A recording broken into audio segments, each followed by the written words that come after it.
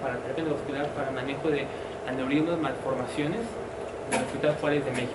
Entonces, es un doctor que es conocido nacional, internacionalmente, va a cursos también internacionales, lo llaman. Tiene el mayor entrenamiento y da el entrenamiento a terapistas endovasculares para utilización de Lonix para procedimientos. Entonces, él nos va a hablar de manejo de aneurismas complejos sobre endovascular.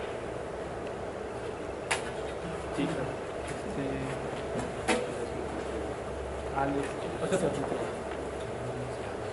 Sí. ¿Y pueden sí, por favor.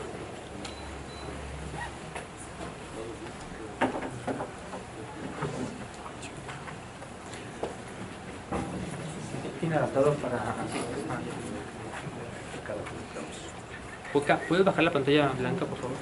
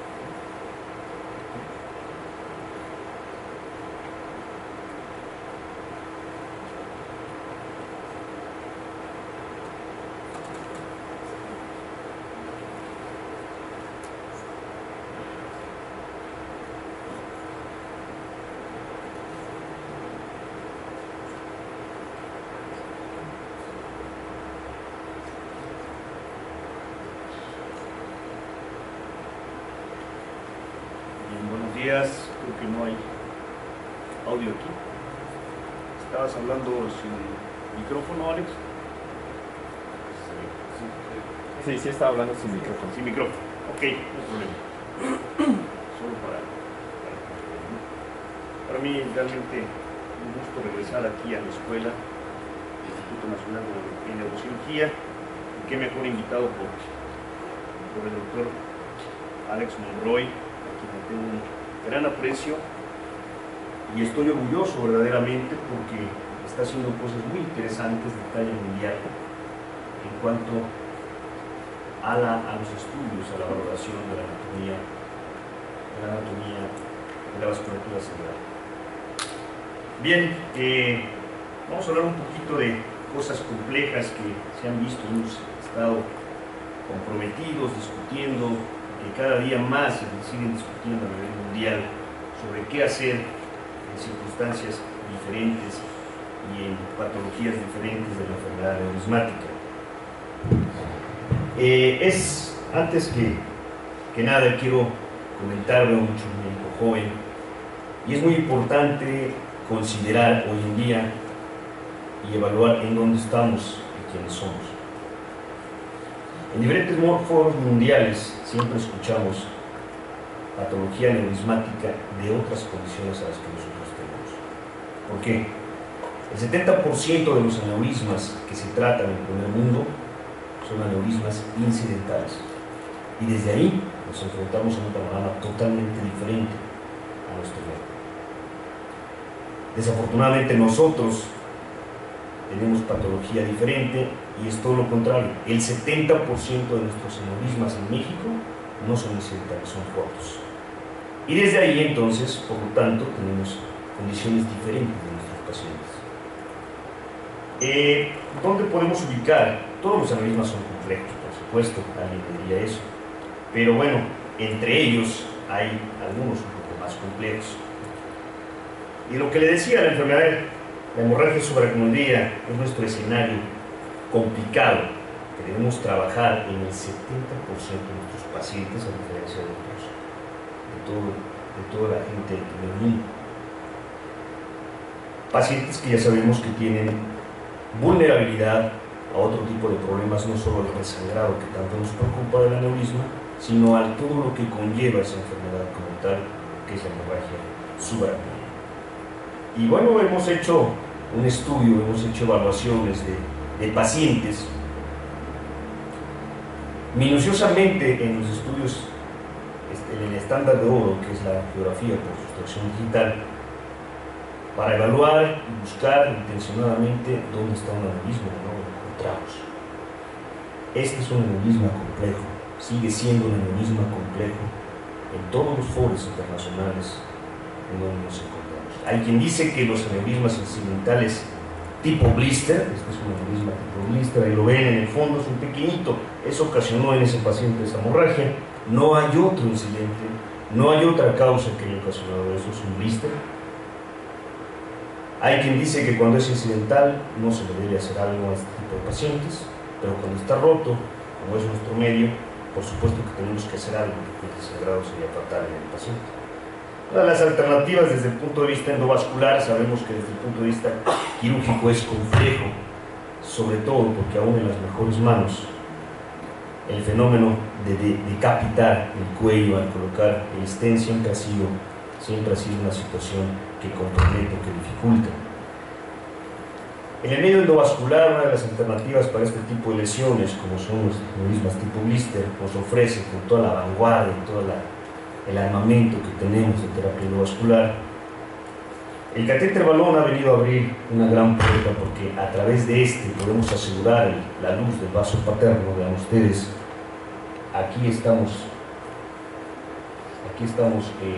colocando el microcatéter. Qué pequeño es el aneurisma, que prácticamente el microcatéter tiene el tamaño del... Pequeño es que el microcatéter casi toma la talla del aneurisma. Pero bueno, hay que hacer eso, hay que colocar la punta del microcatéter, y una vez que aseguramos la punta del microcatéter dentro de este pequeñísimo aneurisma, ahora sí protegemos el vaso con un balón. Anteriormente no teníamos balón catéter. ¿Qué quiere decir la diferencia entre balón y catéter? Que dentro del microcatéter podemos avanzar un stent y dejarlo ahí en reposo dentro del microcatéter mientras estamos haciendo la protección del aneurisma y un coil muy pequeño que es el 1.5. Ya hay en el mercado el 1 por 1 que abre a 1 milímetro y que mide 1 centímetro de largo. Una vez que se ha colocado, no se desprende, no se debe desprender, no se debe liberar el coil, porque si lo liberamos, ¿qué sucede? El riesgo de que migre, porque hay un cuello grande de este tipo de aneurismas, es alto. Entonces, una vez que se ha colocado el coil, no se libera, se desinfla el balón e inmediatamente se saca ya desinflado, existe el microcatéter, tiene el stent dentro y se libera en ese mismo momento. En este momento, ya que tenemos el stent liberado, podemos ahora sí liberar el coil con toda confianza porque está protegido el cuello por parte. Es una alternativa muy buena. Este es un control a los 2 años del paciente. Vean ustedes, ahí está, persiste el coil dentro de este pequeño aneurisma, y la febrización, el andamiaje que ocasiona, y ya la endotelización del stent como una excelente alternativa para este tipo de aneurismas. El aneurisma grande, el aneurisma gigante de la arteria oftálica, roto. Estoy hablando de rotos ahorita, no estoy hablando de incidentales, estamos hablando de rotos, muy importante esa parte. Aneurismas que tienen un escenario complicado por todo lo que conlleva, repito, una hemorragia subaracnoidea. ¿Qué hacer en estos aneurismas que tenemos un cuello ancho si queremos entrar por vía endovascular? Necesariamente tenemos que proteger este domo porque al colocar los dispositivos en espiral, los coils, existe el alto riesgo de que vayan a migrar al cuello o al vaso paterno. Confirmar que estás dentro del aneurisma, hay quien hace la famosa aneurismografía, hay quien no la hace. confirmamos que estamos dentro, pero nos apoyamos igual con un balón neurológico que es muy suave, que tiene la suficiente fuerza, es creado por el ingeniero médica para romperse primero el balón antes que romper el vaso, y de esa manera poder estar seguros de que si mi dispositivo migra hacia el vaso paterno, yo puedo insuflar ese balón y puedo proteger el vaso paterno sin la necesidad. Bien, esto es lo que el doctor René Chapot en Essen, Alemania, quien tuve la oportunidad de estar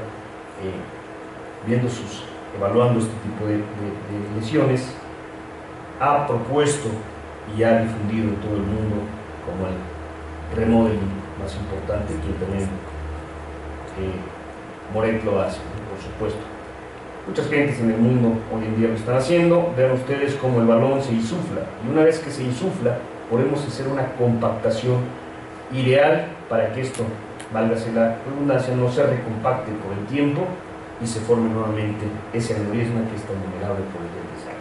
Esto es lo que podemos lograr en un aneurisma está roto el aneurisma, y ahora sí entregamos un paciente en condiciones para que terapia intensiva pueda trabajar, está protegido el domo y pueda llevar a cabo y sacar adelante todos los riesgos que conllevan los siguientes días en el estado grave del paciente. Los aneurismas múltiples, seguimos con aneurismas rotos, con los que encontramos un paciente con aneurismas múltiples. Nuestra prioridad siempre va a ser el aneurisma que nos sugiere, no podemos asegurarlo, pero nos sugiere que tiene la hemorragia. En este caso, aquí está la fecha de cuándo fue. En este caso, creíamos que el aneurisma, por el jet que mostraba, o por la cercanía o la vecindad de la hemorragia subaracnoidea en esta zona, creíamos que era el aneurisma que estaba en la bifurcación de la carótida. Prioridad, por supuesto, a eso, que es lo que nos interesa si tenemos 3 aneurismas, y pues la obligación es tratar los 3, porque en realidad no podemos asegurar cuál fue el que sangró. Lo que hacemos es proteger el domo del que creemos que sangró. Una vez que se protege el domo, son aneurismas, un blister y uno de la oftálmica de cuello ancho. Necesariamente requiero la colocación de stents, pero no puedo meter antiagregación plaquetaria a este paciente que tiene un aneurisma roto. Lo que tengo que hacer es proteger el domo completamente, tal vez apoyarme, si es necesario, con un balón, y una vez que he protegido el domo y quizá el cuerpo, puedo aplicar antiagregación plaquetaria para poder colocar los diferentes stents, pero hasta que protegí el domo del aneurisma que creo que está roto. Aquí está protegido el domo, y una vez que he hecho, paso mi carga de antiagregante plaquetario, y preferimos siempre el tirofiban, y una vez que pasa su media hora de inclinación, colocamos un primer stent, un stent neurológico con una fuerza ideal. Terminamos de compactar ese aneurisma a nivel del cuello, y ahora sí, nuevamente cambiamos de posición, y lo que hacemos en el primer paciente, entramos al blister, y ya tenemos femorizado el cuello con un andamiaje con el stent neurológico, ponemos un solo coil en esto, nos seguimos al tercero que está abajo y solamente colocamos otro stent, un stent. En ese entonces, en 2010, aún no teníamos inversores de flujo, y colocábamos stents de celda cerrada, que son de nuestros colegas los cardiólogos intervencionistas y que se liberan por balón. Aquí, después de colocar un segundo stent, un stent neurológico, reforzamos con un stent de malla cerrada cardiológico en aquel momento. Este es el control 2 años después. Vean ustedes, se logra el objetivo, se reconstruye totalmente el vaso y no hay recompactación de los poros. Una alternativa también para aneurismas rotos, en donde hay aneurismas múltiples. Si bien es cierto que a nivel mundial hay controversia de tratar por la vía endovascular los aneurismas distales, en este caso los aneurismas para nosotros distales, para nosotros como endovasculares, pero también para mí como vascular es más fácil por la vía abierta. También es cierto que este escenario de otro aneurisma roto, vean ustedes el vasoespasmo severo que tiene, me complica la manipulación y me mantiene un riesgo de que la cirugía pudiera incrementar este vasoespasmo. Otra de las alternativas que tenemos es entrar por vía intraluminal, por vía vascular, proteger nuevamente lo que decíamos, el domo y el cuerpo del aneurisma. Y una vez que hemos esto, no podemos hacer angioplastía química antes de proteger el domo y el cuerpo. Eso es muy importante. No se puede permitir hacer una angioplastía química con imodipino si tú no has protegido el cuerpo y el domo del aneurisma. Una vez que proteges el domo y el cuerpo, entonces con toda confianza, ahí vamos a hacer el primer paso, que es la protección del domo y del cuerpo, dejando el cuello en una etapa de ese mismo procedimiento, por supuesto, pero una etapa más tardía. Y una vez que se ha protegido el cuello, el domo y el cuerpo, aquí está, podemos pasar ya o hacer una angioplastía química con imodipino. Esto depende de la TA del paciente, podemos llegar hasta 1600 microgramos de imodipina. ¿Para qué? Para mejorar las condiciones transitorias. No estoy diciendo que sea la panacea la angioplastía química, no, es transitoria, pero le entregamos a un paciente en otras condiciones, a nuestro colega de terapia intensiva. Vean ustedes, esta es la preembolización, esta es la protección del aneurisma y la mejoría en este momento del segmento M1 y del segmento A1, que ya les explicó muy bien el doctor Alex Monroy, y la mejoría para entregar a un paciente en terapia intensiva y ahora sí luchar con todas las alternativas que se tienen ahí, triple H y todo lo que ya es mejor que yo conocen ustedes. Bien, pues bueno, ahora, ¿qué hacer con todos estos aneurismas ya no rotos? Ya nos vamos un poquito más al 30% de aneurismas que vemos nosotros en nuestra población. Aneurismas bilobulados, aneurismas fusiformes, incidentales, fusiformes, aneurismas grandes, aneurismas cavernosos, aneurismas gigantes. ¿Qué alternativas hoy en día tenemos para este tipo de aneurismas? Pues bueno, evidentemente la ingeniería biomédica en la terapia endovascular ha luchado a través de los años buscando alternativas, y los divisores de flujo evidentemente son hoy en día una realidad. Es una realidad. Estos son los primeros dos divisores de flujo que salieron al mercado. Este es el primer pipeline, el primer divisor de flujo que hubo aprobado por FDA. Es el que tiene más estudios multicéntricos, más de 3.000 pacientes, el que ha demostrado una trombosis de aneurismas. Vuelvo a insistir en esto. Ojo, incidentales. Los divisores de flujo hasta ahora todavía no está determinado que se puedan colocar en aneurismas rotos. ¿Okay? Bien, este es el primero aprobado por la FDA, es el que tiene más, es su primera generación, pipeline. Este Silk de Casabalt, otra opción que también es aprobado por FDA, que tiene también varios estudios multicéntricos. Tenemos otras dos opciones aún no aprobados por FDA, que están en proceso de aprobación por FDA, FRED y SURPAS. ¿Qué hacemos con este tipo de aneurismas? ¿Qué alternativas tenemos? Por supuesto que la alternativa de tratamiento es el abordar directamente al aneurisma, y el otro es la colocación de estos divisores de flujo. Vean ustedes, el divisor de flujo no es un stent. El divisor de flujo es una endoprótesis de malla cerrada de altísima tecnología biomédica que ha sido hecha por una lesión de cromo cobalto y que mantiene una fuerza ideal desde el punto de vista de una fuerza radial para no colapsarse y para mantener en la estructura de la anatomía del vaso, incluso en rizos, mantenerse en forma. Esto tiene mucho que ver con la técnica que se haga de la liberación de estos stents. Este es el primer divisor de flujo pipeline que fue aprobado por la FDA, que se puso en México. Vean ustedes cómo se va liberando progresivamente. Un stent cardiológico que se libera por balón, un stent neurológico que es autoexpandible para protección de malla, se libera en 5 segundos. El divisor de flujo le tienes que dar el tiempo suficiente e ir acomodando en todas las estructuras de la pared, viéndolo como si lo miraras por dentro, exactamente las curvaturas de la pared del vaso para lograr precisamente el desdoblamiento total sobre las paredes. Aquí vemos cómo ya hay una reconstrucción del vaso inicial y el fenómeno de vasculación que ya ha sido muy descrito por nuestros colegas cardiólogos intervencionistas, donde empieza e inicia ya la trombosis como tal del diversor de flujo, del aneurisma por el diversor de flujo. Esta es la etapa muy temprana arterial, esta es una etapa normal arterial, es una arterial tardía, donde vemos cómo el fenómeno de trombosis inicia.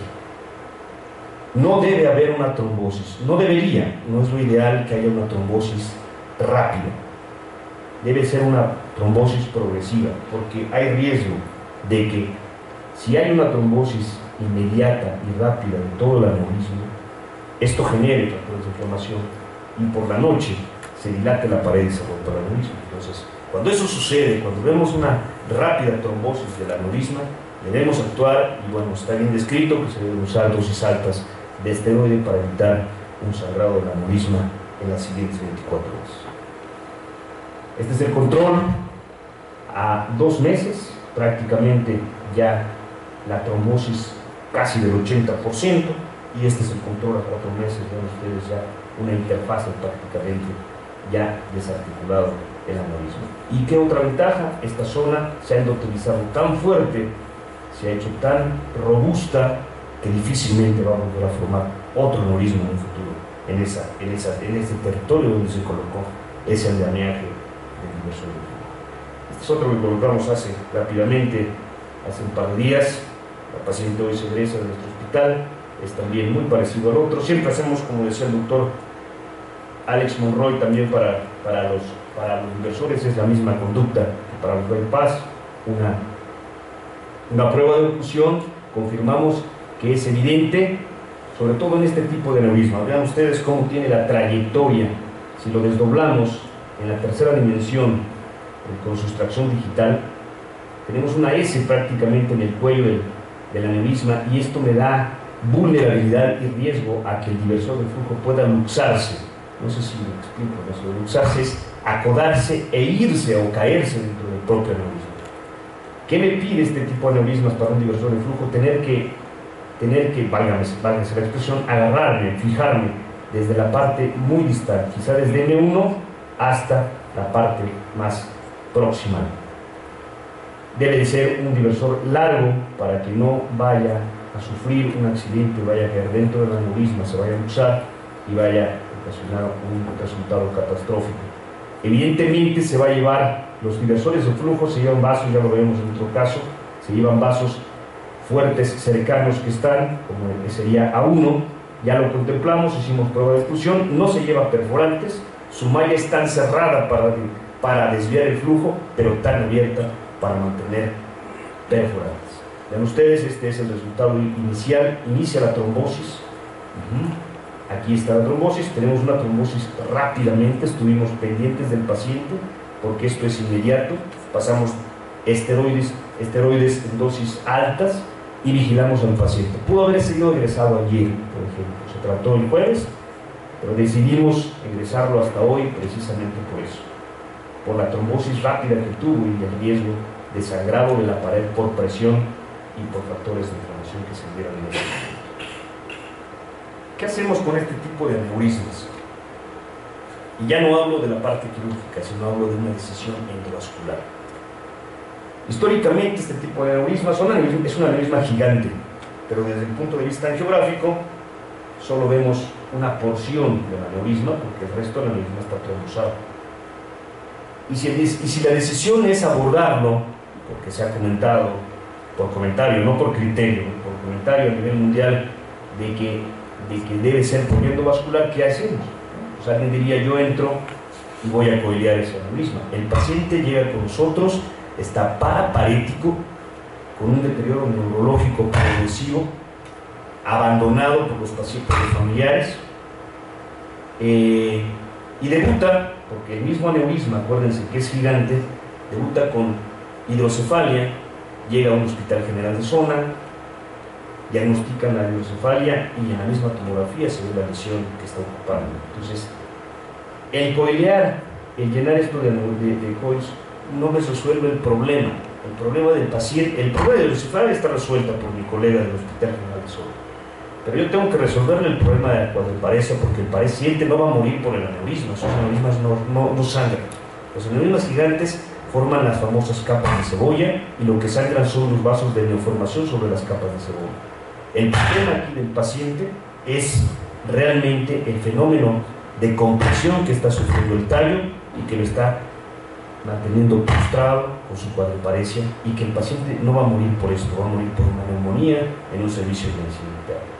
¿Qué tenemos que hacer si sabemos que si colocamos un diversor de flujo en esta zona, me va a quitar el efecto de volumen, pero se va a llevar una cerebral posterior? Una de las dos. Entonces tengo que hacer una evaluación dinámica. Primero tengo que hacer una reconstrucción en tercera dimensión, ver la altura de dónde está mi aneurisma, porque mi colega, el doctor, o yo, o incluso el neurocirujano vascular, va a decidir que por su altura tal vez es candidato, si va a decidir entrar por un órbito cigomático, o si va a decidir entrar por un temporal basal o un transcavernoso. La altura de la bifurcación va a depender. Esto todo lo hace la planeación de los nuevos equipos de reconstrucción en 3D, y vean ustedes cómo podemos evaluar todas las condiciones y las características en los 360 grados de esta lesión. ¿Y qué más es más importante? ¿Qué otra cosa es tan importante? Lo que decía el doctor Alejandro Monroy hace rato: evaluar las pruebas dinámicas, la dinámica del polígono de Lewis. ¿Sí? Hacemos pruebas de oclusión y vemos que efectivamente hay una excelente comunicante posterior del lado derecho que me permite colocar el diversor a nivel de la circulación cerebral posterior hacia la izquierda, y que no va a repercutir, porque va a haber esa compensación por parte del polígono de Willis por la circulación anterior hacia la circulación posterior. Y lo mismo que platicábamos hace rato, este dispositivo, repito, no es un stent, es una endoprótesis totalmente diferente, que se va liberando de manera lenta. Vas evaluando minuciosamente que la pared del vaso, acuérdense que tenemos otra pantalla de este lado siempre, que me da una máscara, un territorio, para ver una máscara del volumen del vaso, que me permite ir evaluando en tiempo real cómo se va adosando la pared del diversor de flujo sobre la estructura del vaso total. Es muy importante ir haciendo lento, repito, esto no se hace en 3 segundos ni 4 segundos, se debe liberar lentamente, y te puedes tardar 4 o 5 minutos o más incluso, y no pasa nada. Lo más importante es que ese stent quede bien colocado, adosado perfectamente a las paredes, como ustedes vieron hasta aquí. Si hay un surco de aquel lado, debe adosarse en esa parte superior y alta para lograr el objetivo. Aquí es el control inmediato. Vean ustedes, ya hay aquí una trombosis, ya se queda el medio de contraste dentro del aneurisma, e inicia lo que estamos buscando. Este es el control inmediato. Ven ustedes, se llevó la cerebral posterior. Sabemos de antemano que hay una prueba de oclusión positiva, la cerebral posterior del lado derecho, pero se mantiene e empieza la trombosis. Esto es en el sentido lateral, el otro era el sentido anteroposterior. Este es el paciente a las 2 semanas, empieza a levantarse, 2 o 3 semanas, no recuerdo, regresa a la consulta, todavía viene con su parchecito. Este es el paciente 6 meses después. Entonces creo que le hemos logrado el objetivo de quitarle sobre todo el efecto de volumen, que los COIs no lo hubieran hecho. ¿Okay? Los COIs no hubieran logrado el objetivo y el paciente empieza a tener volumen. Estos no son aneurismas, pero bueno, es importante comentarlos. Se detectan desde la etapa intrauterina, realmente son malformaciones aneurismáticas de la vena de Galeno. ¿Qué hacer con estas? ¿Qué alternativas tenemos para estas lesiones complejas aneurismáticas? Vean ustedes, en un pequeñito, con poco peso, con poca capacidad para recibir medio de contraste. Nosotros dependemos de un flujo de nuestro catéter madre o catéter guía que nos lleva a todos los dispositivos, y bueno, no tenemos tanto peso para líquidos, no tenemos tanto peso para contraste. Tenemos que buscar alternativas. Vean ustedes, estos son más grandes todavía, son unos chiquitos que tienen estos grandes problemas. Entonces siempre buscar estos vasos coroideos que dan precisamente el tamaño de esta enfermedad, de esta malformación aneurismática, y a veces tenemos que repartir en dos tiempos. La llegada del cohesivo, la llegada del ónix, que se lleva perfectamente con los coils y tiene una excelente fuerza cuando se une con los coils, puede ser una excelente alternativa para cerrar cada uno de estos vasos. Ahí está el primer vaso, en un primer tiempo que hicimos, cerramos, identificamos el vaso más importante, entonces como llena, se cierra, se coloca primero un par de coils y después de colocar estos coils se refortalece con ónix. Aquí tenemos un segundo pedículo